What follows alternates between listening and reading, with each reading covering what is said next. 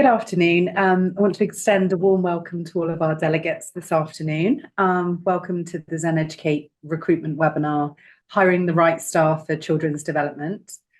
Can I ask, first of all, just to make sure that everybody is on mute? And we will also, after the webinar, be posting this on our LinkedIn, our YouTube channel, and the Zen website as well. So thank you, as I say, for joining us today. I thought I'd start by introducing my fellow panelists, Lisa May Thornley. Hi, Lisa.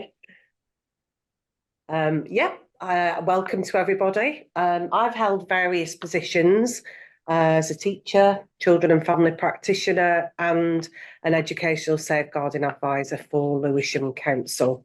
I suppose my experience spans both educational and social care settings, where I've worked with complex cases of adverse childhood experiences and supported adults who have carried these experiences into their adult lives.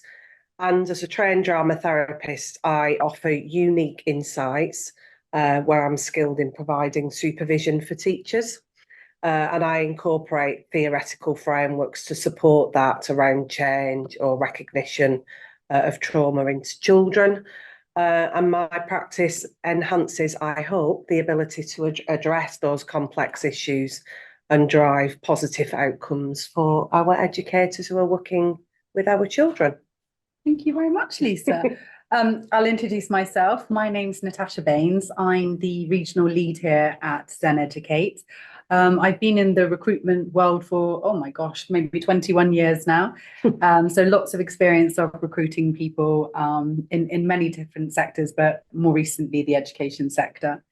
I'm also a careers governor at the Roseland Multi-Academy Trust. I'll move on to our two guest speakers actually and ask them to introduce themselves. So Jaco, may I pass over to you? Good evening from Stellenbosch in South Africa. It's a pleasure to be here. Thanks, Zen, for prioritizing this immensely consequential topic, in my opinion. I'm a psychologist, occupational psychologist, organizational psychologist, with a passion for education. Both my parents were teachers, and I've moved over and specializing in the education setting now for about 6 years. And I live in a country that's probably has the most divided situation in the world when it comes to very successful schools and almost dysfunctional schools with little in between. So for me, it's an everyday reality, and I enjoy, I look forward sharing more about this. Thank you, Jaco. We look forward to your thoughts later on in the webinar. And I'll introduce our second guest speaker, Kristen. Hi, everyone. I'm Kristen. I run an organization called Highliner, and what we do is we work with companies going through scale, growth, and change. But really, the vast majority of my career has been working in education and working in high growth networks of schools, predominantly on the recruitment side. So I worked in the US first at a network of schools called Uncommon, and then I moved over to the UK where I was head of recruitment and then head of operations for ARC teacher training for ARC schools. Even though I don't spend as much time day to day, every single day recruiting teachers, I spend a lot of time recruiting lots of different people, and I'm deeply involved still as a school governor. So think a lot about how we can apply different practices from other industries to get the best staff into our schools. Wonderful. Thank you, Kristen. Perfect. So we'll move on to the webinar itself. So I'm going to talk to you about top of the funnel hiring and what that looks like. And we'll outline the roadmap, which should be super helpful to you to talk about when you're initially attracting candidates to roles that you have, because ultimately nothing is more important than hiring and developing people. Mm-hmm. So I suppose the question I would pose is, how do we start our September campaign?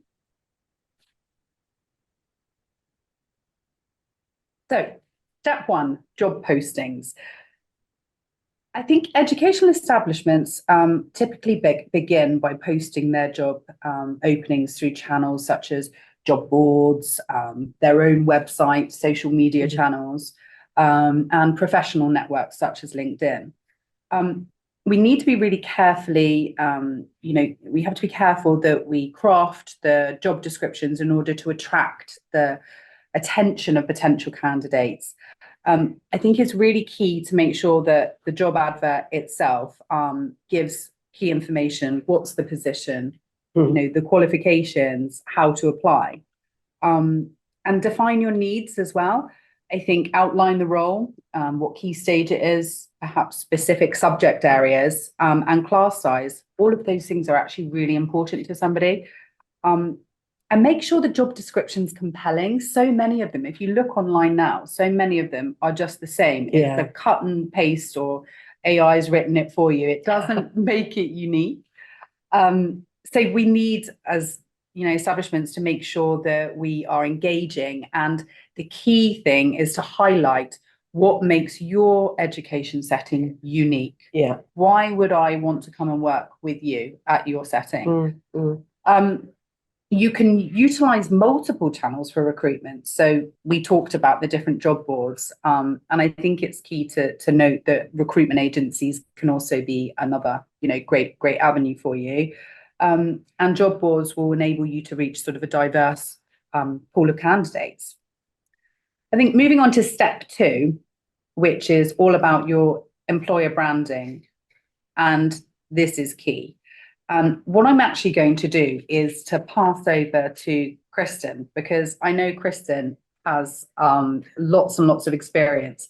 And I'd really value some tips from you, really, for our guests today, Kristen, about how you focused on that at ARC, and what top tips you can give our guests here today, please. Sure, happy to. I think employer brand is one of those can be a bit of a buzzy term. It's used a lot in corporate. Big corporates think a lot about like our employer brand, what it's like to work here, and spend a lot of time investing in getting stories out there and getting messages out there about like why this is the best place to work. You can think of like a Google and how much effort they put in to be like, this is the coolest place you can be. Now, we all know how intense school life is and how much of our effort as teachers and school leaders is going into the day-to-day of supporting our students. So we certainly don't have the luxury of having a huge team, marketing team, recruitment team that is focused on crafting the story about why this is the best place to work. And we also don't have the silly stuff. We don't have the snack bar and the Facebook's on-demand hot donut bar. We don't have these silly things. And I think that's okay. And that's good, because we have something much more important, which is the meaningful work that we're doing with our students. And I would say, even though we're not like these big corporates, we really need to think about what makes our schools as a leader different. And you are trying to get that message across. So I would say, like, most lightweight things that you want to do, but do want to do this, are to certainly be putting some stories from your staff up on your website, up on your career pages. You want a bit of the day of the life of what it is to be here. If you do things, I think with your, as a staff team, putting some of that up and celebrating that and some of the successes.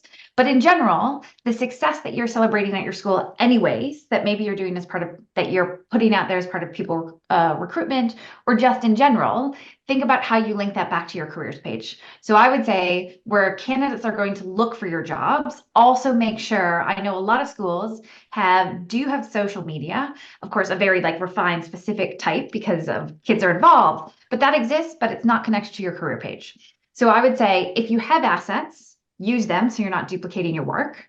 The other thing is, I would really use your staff to get the message out about what they like about working at the school and why they like being there.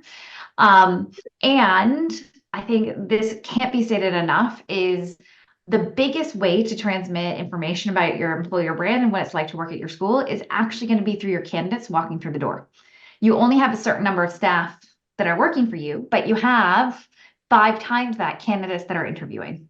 So I think candidate experience, although it doesn't seem like part of cultivating people to come into the top of the funnel, really is a big part of what you need to focus on. So if there is a candidate in the school, whether you hire them or not, I think paying a lot of attention to what their day looks like. So having a member of your admin team make sure that they are getting from place to place, make sure they have the information they need before they come in. But generally, letting them have time with other staff members over lunch, really helping them see the school as a whole picture, is something you want to do. I remember way back when I was interviewing a candidate, and I asked her how she had heard about one of our schools, and she told me it was from another candidate who had been denied. And to me, that was like the most powerful thing that has ever happened, that a candidate went through our recruitment process, didn't get the job, but referred other people to apply for other jobs at that school. So I do think it is more investment, but you're already taking the time. They're already in your school. So I do think your employer brand is built person by person. So think about it, each person in the school. That would be my kind of top advice when thinking about it. That's great. Thanks so much, Kristen. That actually brings me on quite nicely onto step 3, which is networking and referrals, which go hand in hand with the employer branding.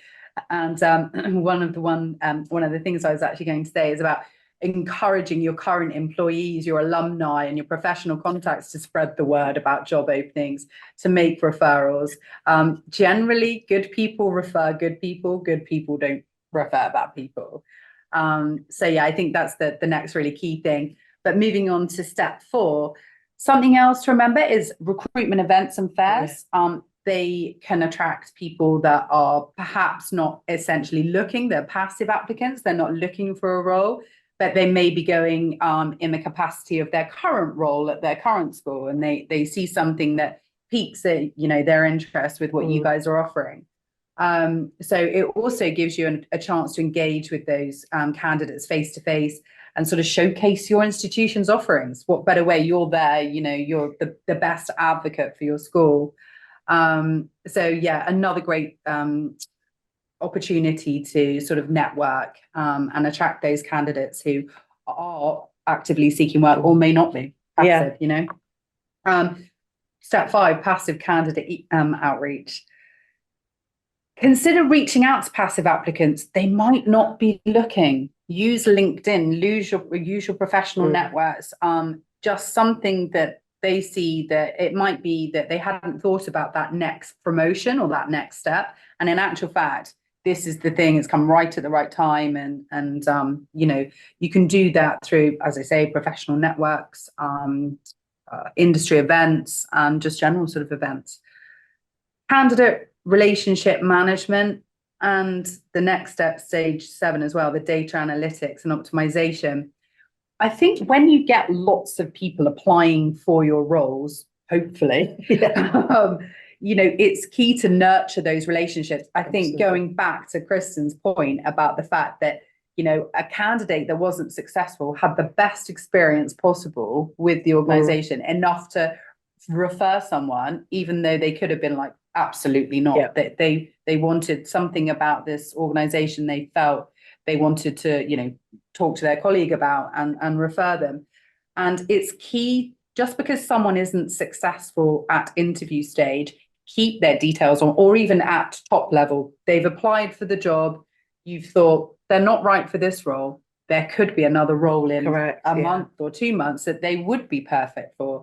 So I think it's key to keep their details, keep them informed about sort of upcoming job openings, and look at your conversion rates as well. Look at, how many adverts you're putting out, how many people are coming in, how many of those candidates that have applied are we actually taking forward to interview.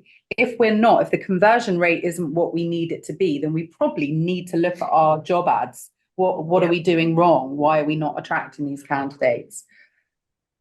So in close, for the sort of top of the funnel part, I think that we need to remember the ultimate goal is not merely just to fill these positions, it's to build dynamic, inclusive and vibrant learning communities for our children. Generation of the future, Excellent. So I'm going to hand you over to our guest speaker, Jaco, now, who will be talking to you about the mid to bottom funnel hiring and how to get that right. Thank you, Jaco. Thanks, Natasha. So if people assessment in the latter stages of the recruitment funnel could be seen as an iceberg, one way of looking at it would be looking at the observation, or sort of the line of observation of what we can see when we meet a candidate, or when we ask a candidate to come for an interview. And everything below that is latent. It's in our minds, but we haven't made contact with it yet. So it lies beneath the surface of observation. The deeper we go, the more difficult this becomes to measure. Okay? And I don't think it's coincidence that the recruitment funnel sort of takes the same shape as the iceberg here, in the sense that the deeper you also go, the more expensive it will become and the more expertise you will need to measure. Something like knowledge there right at the top would be much easier to measure. Job knowledge, something like generic skills, teaching skills would also be slightly more easier than things like judgment, things like values or the candidate standards. And if you go even deeper and get to things like personality, motivation, and beliefs, you would need a bit more expertise. So I would advise, when you get to that stage, and I'll get to the detail of this later, to really get in some expertise. It doesn't always have to be that expensive. Moving on, I often, when I moved away from corporate, I saw the same thing. We often see large organizations and even top performing organizations at times use techniques or tools that are actually not valid, or what they may think is valid, or they might be surprised when they see. And this is the latest RePremier Research by Paul Sackett from the University of Minnesota and his colleagues, and Philip Leffens from Belgium. This is the latest ranking order. The score you see there on the left is just the rank that this specific type of measurement in the latter stages of getting to the shortlist takes, and the little number there ranges from 0 to 1. That's the validity. Okay, so in absolute terms, structured employment interviews, and I do want to put the emphasis here that this needs to be structured interviews. After longitudinal studies and long meta-analysis, is the number one most valid predictor. Okay? If it's done right and if it's done well. But look at number 18 there. Unstructured interviews only coming in at number 18 with a validity of 0.19. And it's so typical also in school settings to see unstructured interviews happen very early on, together with the meet and greet. And before you know it, you start talking about whose family played for Liverpool or who also supports Liverpool, and you spend 20 minutes on that. Okay. This is the ranking order. I also want to highlight there conscientiousness, and number 9. There are many ways to measure that, but I would highly recommend having some valid measure of conscientiousness, which is a personality trait and somebody's inherent drive to be prudent, self-disciplined, thorough, etc. The other measures that stand out there is job knowledge tests, work sample tests, and situational judgment tests that I will also get to later. Also to mention, look at experience, general experience in years, how low that is. So my purpose here is just to illustrate to you, should we take maybe 3 different levels of teaching in terms of seniority or experience? So please take note and remember that certain assessments lend themselves well to certain levels of experience. It would not make sense assessing a early career teacher on a job sample test if they've never been in the job. Okay. It would definitely make sense to assess them on something like learning potential, which is a type of mental ability. Okay.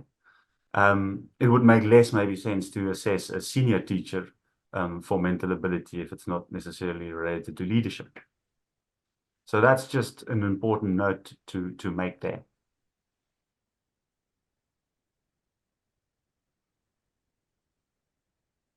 And one of the best techniques one can use to sort of diversify whatever you choose. And I always follow the philosophy, sometimes less is more. So even if you have just 3 assessments that you can use and that you know is valid, and you can give a weight to that, then you'll diversify in the same way that you would diversify a portfolio of shares. Okay. Competency-based assessment is a practice that's still very much alive. Okay. I know in the UK and here in South Africa, we would use a behavioral interpretation of competencies. Okay. So it needs to be behaviorally demonstrated. And just take note there also that certain competencies also lend themselves well to different type of assessments. Situational judgment test there in the middle is a wonderful way of presenting a candidate with a real school scenario and seeing how they would respond. In this specific example, there's a scenario and it says, it's Friday afternoon and your subject team is preparing the slides that integrate and summarize the semester marks, which you all need to present to the principal and head of academics on Monday morning directly after assembly at 9 a.m. Your part of the presentation will be second, right after the subject head's introduction. The team has been putting in long hours this week to pull together the slideshow and has just put together the content of the slides, but has not yet given attention to the actual presentation and handover from one teacher to another. Some teachers are stopping for the day and suggest you all go home and rather meet up 15 minutes before assembly. Okay. And now there's a range of likely responses. Some of them are desirable and some of them are less desirable. And the candidate has an option there of selecting between they're very unlikely to respond like that, or they're very likely, or they're unsure. Okay. This has been mathematically calibrated then in the back end. And after about 20 to 30 scenarios, you would have a good score on this aspect of what you want to select for. This is great, Jaco. I really like that. I also wanted just to quickly give you an example, and this is a generic example. Kristen might jump in here and give more examples, but this is just communication. Okay, so always remember the following words: BARS, B-A-R-S. Behaviorally anchored rating scales. Okay, you want to anchor this scale during a structured interview in some sort of concrete description of what good communication is. Okay. The way not to go is to just say how good you think this person spoke without any anchors. Next slide here is just as an example of a very well validated interpretation of personality, and that is what we call the 5-factor model. An acronym to remember there is OCEAN. O stands for openness to experience. C is for conscientiousness. And remember, conscientiousness, the best predictor of the 5 there. A for extroversion, and agreeableness and neuroticism. Each of these have subcomponents that would also be relevant to specific competencies. I think, Kristen, were you going to jump in, I think, here as well? And just before you do, I remember, Jaco, we talked, you, me and Lisa, a while back, really interesting fact. I don't know whether you want to share it with our guests today about the conscientiousness and how I don't like to use the turn of phrase that it's catching, but it sort of is, isn't it? Do you remember when you sort of gave us that example? Modeling it. Yeah, exactly that. Yeah, on that note, I also want to mention when it comes to safeguarding and safety for children, prudence is the strongest predictor and for physical safety. And when it comes to emotional safety, emotional stability is the strongest predictor. Kristen. Thank you, Jaco. That was, I think it's really great to see the science and the data behind all these things, so that when we are in the schools and in the classrooms making these assessments, we're doing it in a grounded way. I just want to pick up a couple of things that you talked about that I think really I've applied when I'm doing assessments of candidates, and I've seen other people apply really successfully. So I think your point on the structured interviews cannot be overstated enough about how important it is and how easy it is to not end up doing a structured interview. Structured interviews, though, take planning and they take time. I really like the idea of schools having a common set of question banks so that they're not on the spot coming up with, oh, wait, what is the structured interview that we want to cover?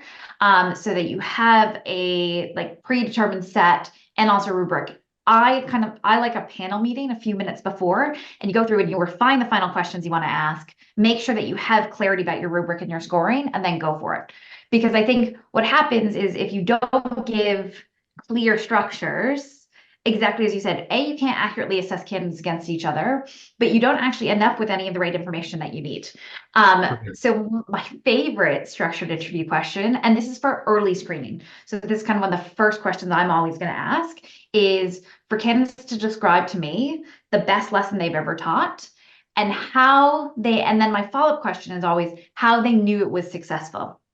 And my rubric that I'm looking for is very much focused on how much they're thinking about the learning of their students and assessing how good their lesson was. So I've had candidates, so a score rubric, a low rubric rating would be they don't even know how to assess whether their lesson was good or not. Or it's how good they felt they did for them.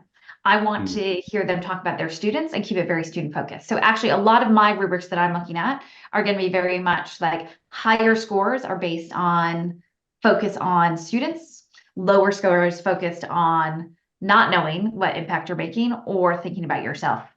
I think another kind of really practical tip when it comes to structured interviews and structured interview questions is when we start as interviewers, we want to be kind of quite clever about it and make sure that we are asking the right question.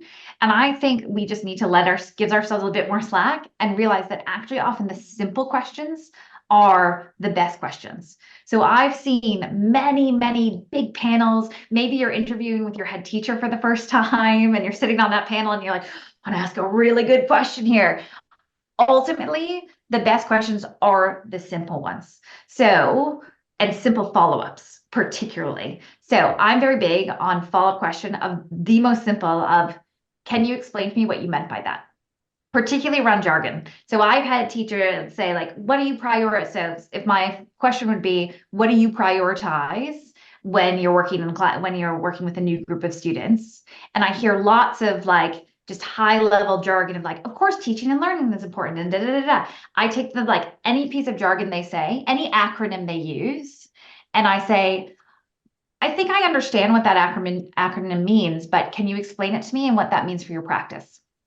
And no one ever asked that because they're worried they feel it sounds stupid to ask the simple question. But the number of times I have asked a simple question, my favorite was I once asked a leadership candidate, oh, you've talked about how important teaching and learning is many times. What does that mean? And just like pause and wait for the response. And I think if you don't have a structured interview, if you're just having a casual conversation, then you're going to hear a lot of high level jargon, high level pontificating. But by keeping it structured and having structured follow-ups that are very simple, you get to the heart of things much, much faster in your assessment. And then I think, Jaco, another point that like I think we can really apply in schools is thinking about the situational judgment test, the one that you shared with us. But also, I'm a big believer, and not everyone feels this way, but I'm a big believer that like the best situational judgment test we can have for teachers is not even an interview, it's seeing them with their students. So I am a huge proponent of sample lessons, or for early in their career teachers, I don't think it's fair to give them a full sample, throw them a class of 25 and say, go for it. But I want to see them at least interacting with their students. So I like to very much set my candidates up for success with this, give them a lot of information in advance, make it as like positive as experiences can be. But fundamentally, I still need to see them interacting with students. And I think we can't always do that if you have teachers coming internationally or pieces, you can't always control that environment and do it the way you want to. So I think situational judgment tests that you shared, Jaco, plus footage of people teaching, plus lots of very specific follow-ups around what that looks like and what their practice looks like, I think can be really, really important. So yeah, so those are my top following on of like in the classroom, in the schools, how do we apply some of the science? And it's like, well, watch them to see how they do it, and keep your structured interviews simple and make sure you have that bank of resources to make it easy so you can do it faster. Absolutely. Just one final Thank you, note on Chris. structured interviews. Or research has shown, and I've also seen, rather if you have a panel in this final interview, rather go for the weighted aggregate approach than having a consensus or a debate afterwards. Let each panel member have a score and you take the aggregate. Yeah. Totally agree. I've seen head teachers also, they will not speak about a candidate until everyone else has shared all their views. So if you have a strong rubric in place, I totally agree. Have people mark it in advance. If you don't have that in place, have people like the independent thinking time, write what they're thinking first and then share. And the most senior leader should always speak last in a recruitment situation where you're trying to gather data, in my opinion.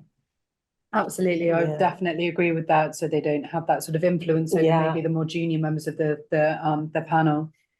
That's wonderful. Thank you so much, Kristen and Jaco. I'm going to pass over to my fellow panelist, Lisa, who has got a great piece to wrap up the sort of funnel on safeguarding and how important this is as part of our recruitment.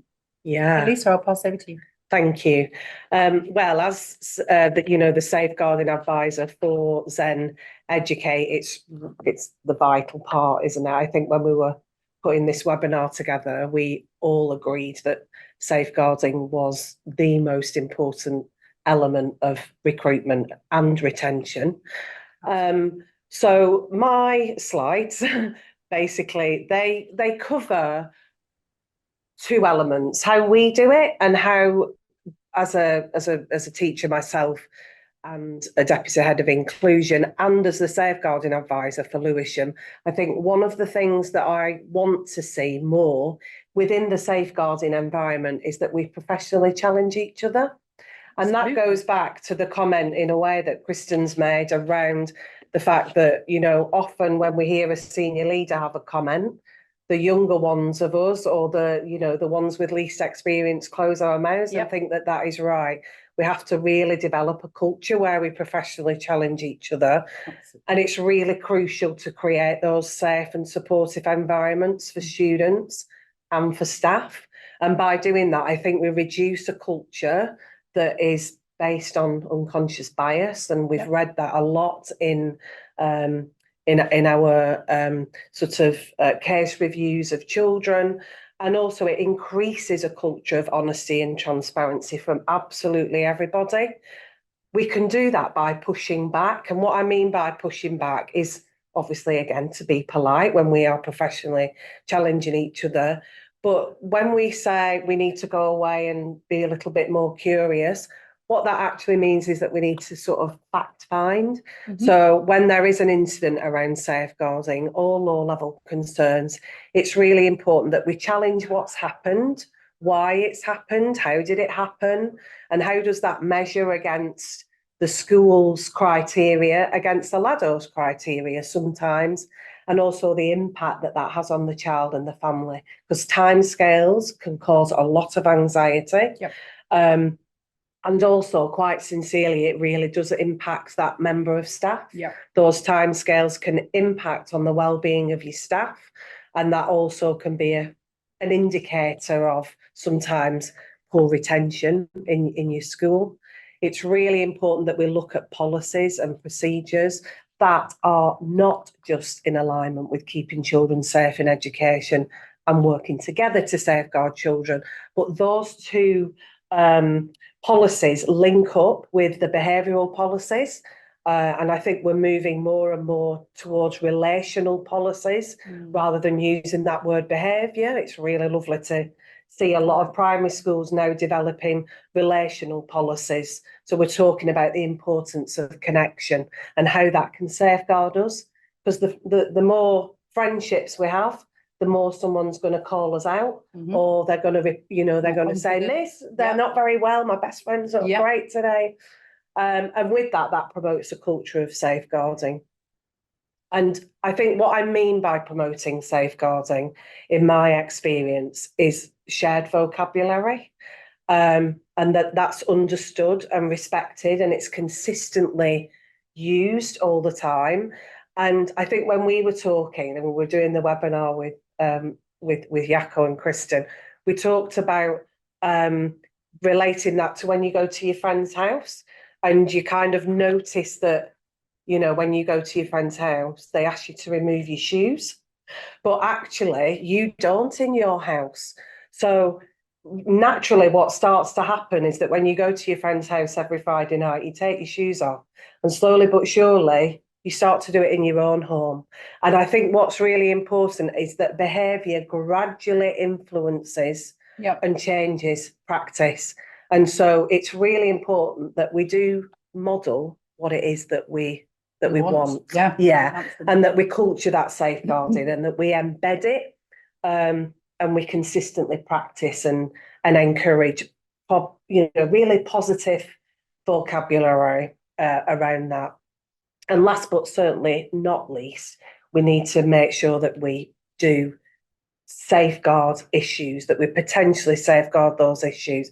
And what we mean by that is that we adhere to part 1 of keeping children safe in education.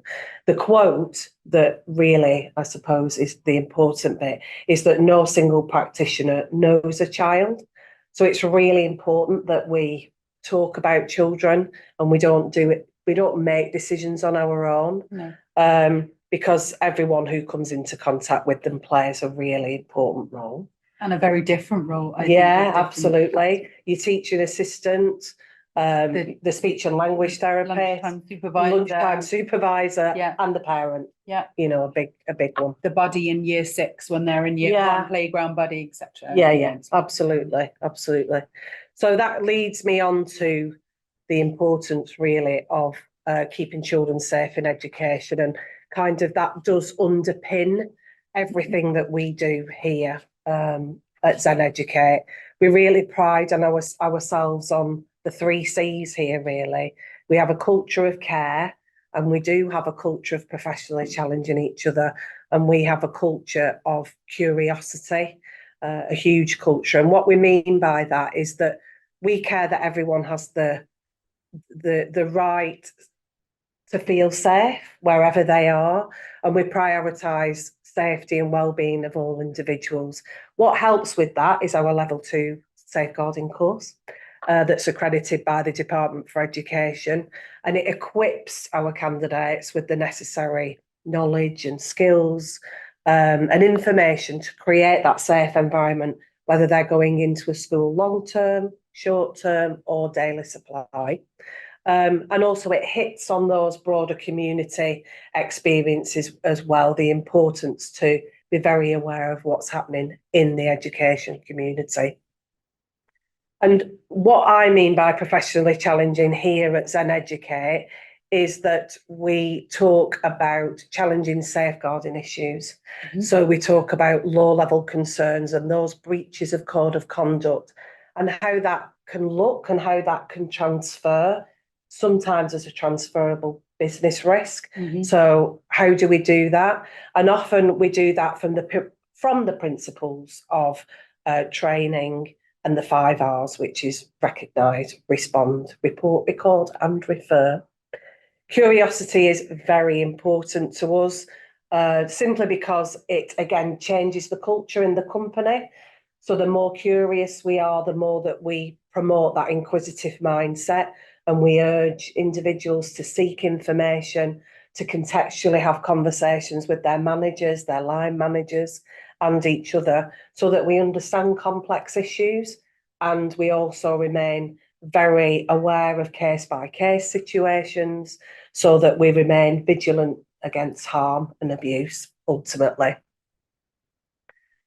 And the part 3 of Safer Recruitment literally looks at the protecting and the preventing, and how we protect and prevent is by ensuring, again, that our safeguarding is accredited each year by the Department of Education, that we ensure that we're consistently in alignment, if not better, to be honest, than the part 3 Safer Recruitment, that we work very closely with our schools on the school central record, that we are flexible with them and should they require a little bit more deep diving into a candidate, we would offer that additional support. So in addition to all of that, we offer training to our educators. I go into schools and I take great pride in providing direct safeguarding advice and also training on how to gain the voice of the child and supporting schools in those very tricky, complex cases that are not necessarily sometimes safeguarding, but they're low-level concerns, and they're not sure how to approach that. And we can do that through continuous professional development. Learning and listening is something that we completely underestimate. And again, that creates a culture of transparency and accountability. I suppose really just to end my little section on safeguarding is that we believe very strongly here at Zen Educate that we demonstrate a duty of care, not only just to our staff here, our colleagues here at Zen Educate in our offices, but that commitment spreads throughout the whole of our community. And we really believe in reducing potential harm and promoting well-being for children and ourselves and our educators. So that's my little bit on safeguarding. Thank you, Lisa. Lisa, I think that's really, can I just jump in and say, I think it's really great. And I think it's really, really important that we've added to this recruitment webinar a piece on safe recruitment and safeguarding. I'm a safeguarding governor, so it's especially close to my heart that we're paying attention to this at all times. And I think too, I just picking up as an external person and like my perspective on this is to the pieces that you mentioned, that really that strong culture of being able to professionally challenge each other. I think schools should feel really comfortable also in any external partners they're working with, agencies that are bringing in staff into their schools, that you have the right, the duty, but like the space to very firmly challenge and professionally challenge anything regarding safeguarding and seeing the processes of your agencies and what they're running. And really, I know Zen takes a really rigorous approach. And I think that is something that schools should be looking for and also shouldn't be afraid to dive deep on finding out what approach any agency is taking related to staff. Yeah. And then the other piece that you brought up, this kind of this culture of safeguarding, I really feel very strongly about it. And it starts like when you're interviewing a candidate, we talked about that candidate experience and that employer brand. And I think you're transmitting a lot of information to candidates as well as getting them. And one of the things you should start transmitting is how seriously we take a culture of safeguarding at this school. So I think it's safer recruitment is really important, right? Asking the right questions, checking gaps in CVs, all the things that you've been trained to do. But also it sends a really firm message to the candidates that this is something we care deeply about at our schools. And it sends a message to, I know we've talked a bit about like the senior people on the panel and the more junior members of staff on the panel. And I think having that culture where everyone is thinking about this and a more junior member of the team can jump in and be like, I just wanted to do a follow-up on that question. Like that everyone sees it as their role to always continuously follow up and keep a strong focus on this.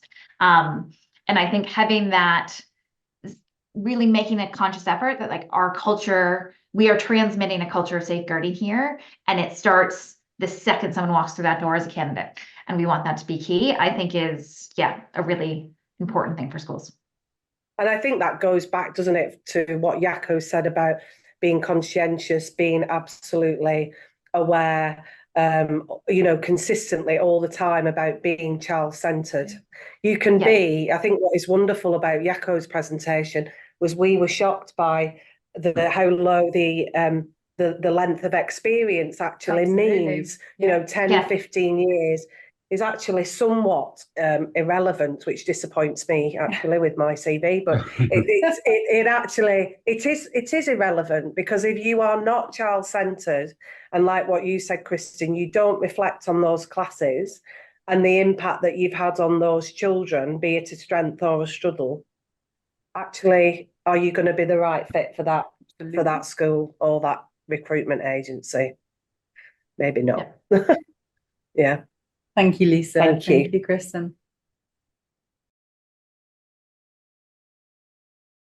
Thank you for watching. Yeah, thank you for watching. But if you do have any questions, or you would really like to spend some time liaising with Lisa, whether it's about safeguarding or any of our guest speakers, please just get in touch with us, and we'd be delighted to help.